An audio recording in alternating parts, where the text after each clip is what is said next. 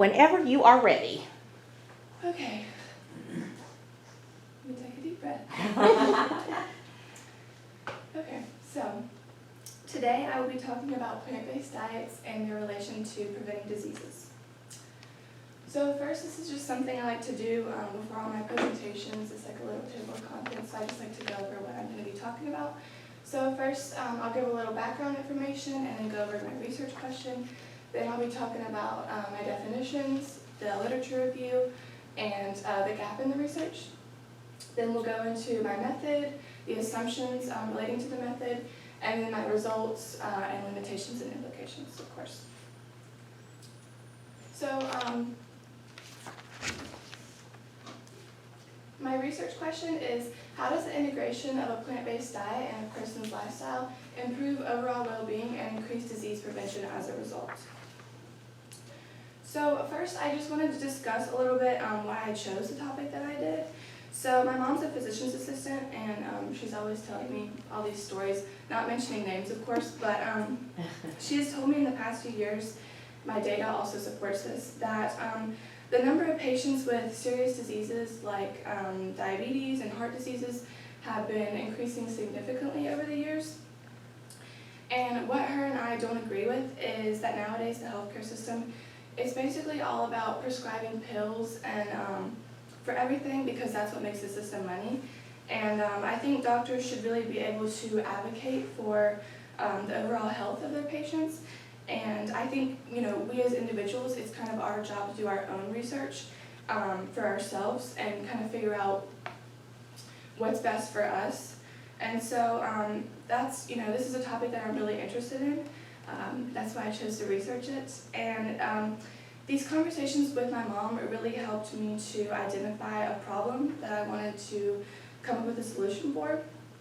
And the main problem is that the amount of disease in people of all ages is skyrocketing. So now I want to just kind of go over some commonly used words that I'll be talking about in my research. So plant-based diets can be defined as diets consisting mostly or entirely of plant products, such as like vegetables, fruits, nuts, things like that. Ultra-processed foods can be defined as food products that have a long list of ingredients, lots of chemical additives, and they're not really resemblance of like whole foods that you would find growing on a tree or something like that. Also, a disease can be defined as a disorder of structure or function in a human, especially one that has a known cause or a distinctive group of symptoms. So now I'm going to get into a little bit of the research that I did before I conducted my own research. And so the first thing I researched was plant-based diets in general and how they help to prevent disease. So plant-based diets offer many nutritional benefits.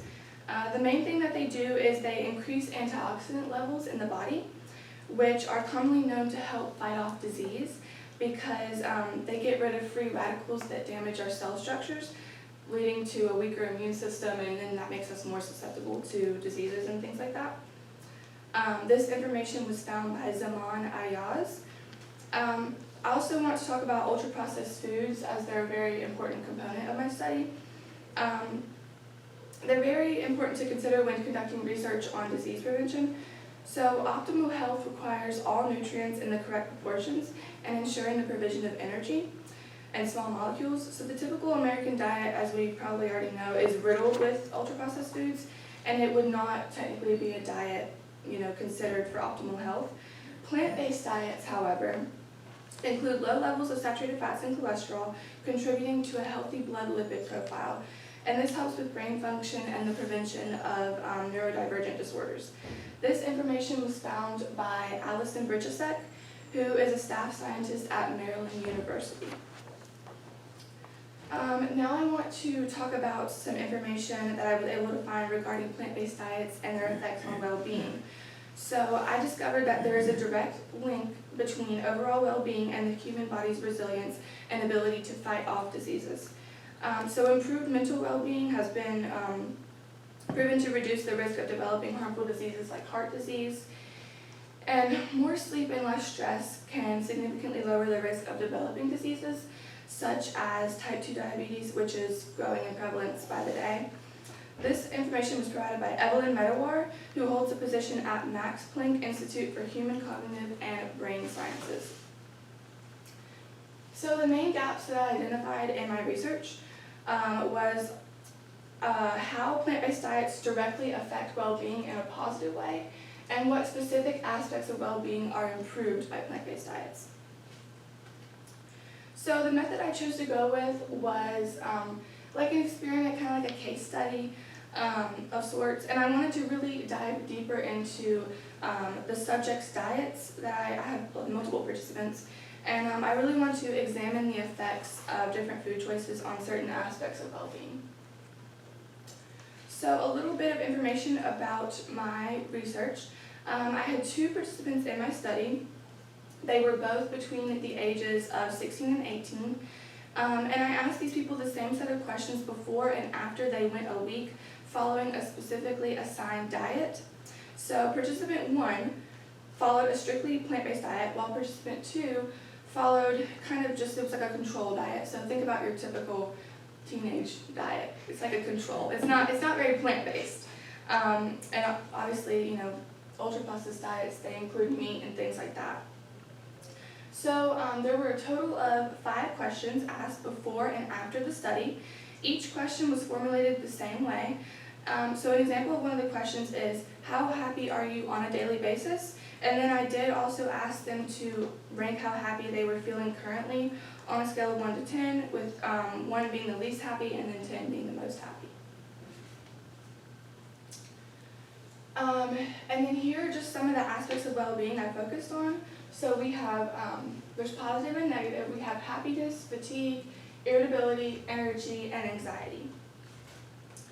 So some of these aspects are positive, some are negative. I mainly wanted to focus on the positive aspects to help prove my theory, but the negative aspects sort of acted as a control. So some assumptions that I had before conducting my research were first, pre-existing health conditions or mental health conditions.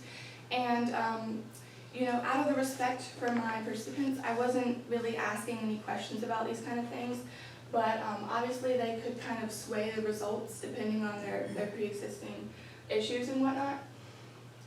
Also, I didn't know how seriously they were going to take this. I had to just put some faith in them that they were really going to try hard to adhere to these diets and, take this as serious as possible. Another thing I didn't, take into consideration, but I'm sure that they did, was exercise, and that also, really can impact positive and negative aspects of well-being. Exercise is directly related to mental health and just your overall how you feel. And so I didn't take that into account, but I kind of had an idea that they would be doing that. So that could have swayed my results a little bit, and I kind of knew that going into my research. So just to reiterate, the goal of my study was to determine whether or not plant-based diets have a positive aspect on well-being. So again, I want to talk a little bit more about my questions, just so you're not wondering what I'm talking about when I get to my graphs and stuff. So 2 of the questions are centered around a positive aspect of well-being, and 3 of the questions are centered around negative aspects. So participants were asked to evaluate these aspects on a scale of 1 to 10 again, and I considered, I looked at it this way: if a participant answered with a 5 or higher, that is an indication that they were experiencing that aspect of well-being significantly. If a participant answered with a 4 or lower, that is an indication that they were not currently experiencing that aspect significantly. So here's a bar chart, bar graph, if you will, of the before. So the purple bars represent participant 1, and participant 1 is the person that was following the plant-based diet. The blue bars represent participant 2, and that was like my control, so that's the person following the typical diet, processed foods, all of that. And so if you'll see the levels, and then so this is before and this is the after. So I want to point out a few things. So first, focusing on the positive aspects, the happiness and the energy section. If you look at the before, we're sitting at about a 6 on the happiness, and we're sitting about a 4 on the energy, and it does in fact increase. And then we can see after that for participant 1, the positive aspects increased, and we can also see that the negative aspects decreased, which is what I was looking for. And our control, as I expected, pretty much stayed the same before and after the study, and this just kind of helped to further confirm my research. Here I have some other charts. This is just kind of another way of looking at the information. I broke it down, what was a significant result, what was not. So again, if we look at the numbers, we can just look. This is participant 1, plant-based diet. Again, we have a 6, a 3, a 5, a 4, and a 6. If we go to the after, we have an 8 and an 8. So we increase in our positive aspects of well-being. And as you can see, this is before, we decrease in our negative aspects of well-being. And then let's look at participant 2. You'll notice a lot of these results kind of stay the same as this was my control. So we have an 8, 3, 7, 3, and 5. And then we have an 8, 3, 7, 2, and 4. So they did stay pretty much the same. He was following that ultra-processed diet before and after, so he wasn't experiencing a major change, and so a lot of his well-being basically stayed the same. Okay, let's get into, I also just wanted to mention this. I did make the participants keep track of everything they ate each day for a week, and I did end up putting that information into a chart in Google Docs. I don't have it pictured here because, as you can imagine, they ate a lot, and it was a lot of information. So it was a lot put on a tiny slide, but it just kind of, I wanted to mention it because it kind of helped me to double check, make sure the participants were actually following these diets, and that they were actually doing what they were supposed to do. So I just wanted to mention that. So basically, this is my content analysis. This is what I was able to deduct from my study. As a result of my method, I saw an increase in positive aspects of well-being and a decrease in negative aspects of well-being. I wanted to talk about how my research fulfilled the gaps that I talked about earlier. So I did prove that yes, plant-based diets do in fact affect well-being in a positive way. And then we already know that overall positive well-being helps to prevent diseases. So it's kind of linked together in a way. And the aspects affected positively were happiness and energy levels. Aspects affected negatively were irritability levels, anxiety, and fatigue. So now we're going to talk about limitations of my research. So the things that kind of made things difficult, we'll call it that. So trusting that my participants would follow the diets strictly was a big thing because, I can't have control over everything. I didn't have control over that. Something else I did not have control over was the Senate passing Bill 49, and that was part of the new Parents' Bill of Rights. And that prevented students from conducting surveys. So that was a little bit disappointing. I think I could have asked many people following different diets my questions using surveys, and I think that would have added some more diversity to my research and kind of, improved the accuracy of it. I could have reached more people, but again, I was not able to do that. So the implications, as a result of my research, me and my participants, we have more knowledge about the benefits of certain diets, and we know about the cons regarding other diets.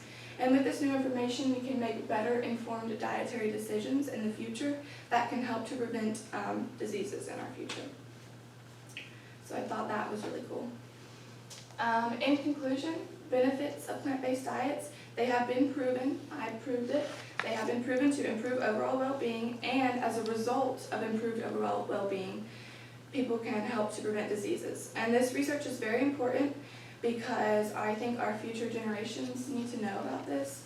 I think they need to know the importance of taking care of their health, and so they will be capable of living a long and healthy life and preventing some of those major life-threatening diseases such as diabetes, cardiovascular disease, all that awful stuff that we would never want anyone to go through. So, yeah, thank you for listening. Very good. All right, Mr. Hodgett is going to ask you your first question. So how did your initial exploration of the scholarly conversation lead to your final research question? So when I initially was looking at all the research, I found a lot of information, a lot of statistics, just talking about how plant-based diets do impact disease prevention. So there was, a lot of facts about how they reduce cardiovascular disease because you're not consuming a lot of that ultra-processed food. You're not consuming a lot of those meats. You're not having a high cholesterol.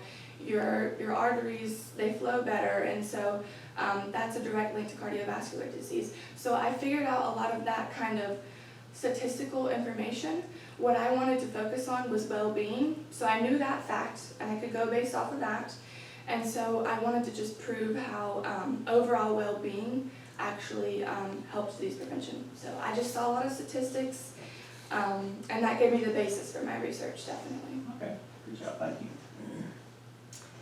How did the limitations of your method or data influence your new understanding? Well, I talked about this a little bit, but the Senate 49 bill, that was, kind of a letdown. I think that I think my research could have been more in depth if I had the chance to really be able to reach more people, ask more questions. I was really interested in researching other diets, such as like vegan diets, the Mediterranean diets, because there are some subtle differences between like plant-based diets and different kind of diets. And so I think I could have really, broadened my horizon, expanded things a little bit more. But my new understanding, I had to focus on what I could find information on, what I knew that I could successfully interview people, and what I knew I could do in the amount of time that I have. So, that lead to my new understanding. Thank you. What was the most important research skill you developed as a result of this process, and how might you apply it in future endeavors? I think just being able to make connections in my research. So again, I started out with the fact that I knew plant-based diets did improve overall, could it help prevent diseases. So I started with that.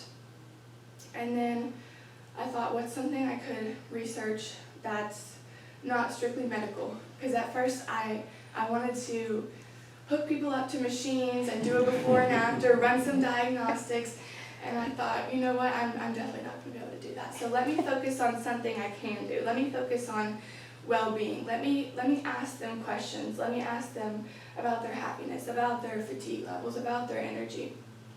And so I made that connection, and that really helped me to develop my research question. And so just making connections along the way and developing my research question, I think it really helped me to develop something that was, strong, that I could work on. And I think this will really help me in the future. I know I'm going to have a lot more research projects and research questions and things. And I learned a lot from this presentation, but making connections between different things really helped me. Linking things together, that really helped me. That was a research skill that was beneficial. All right, great job.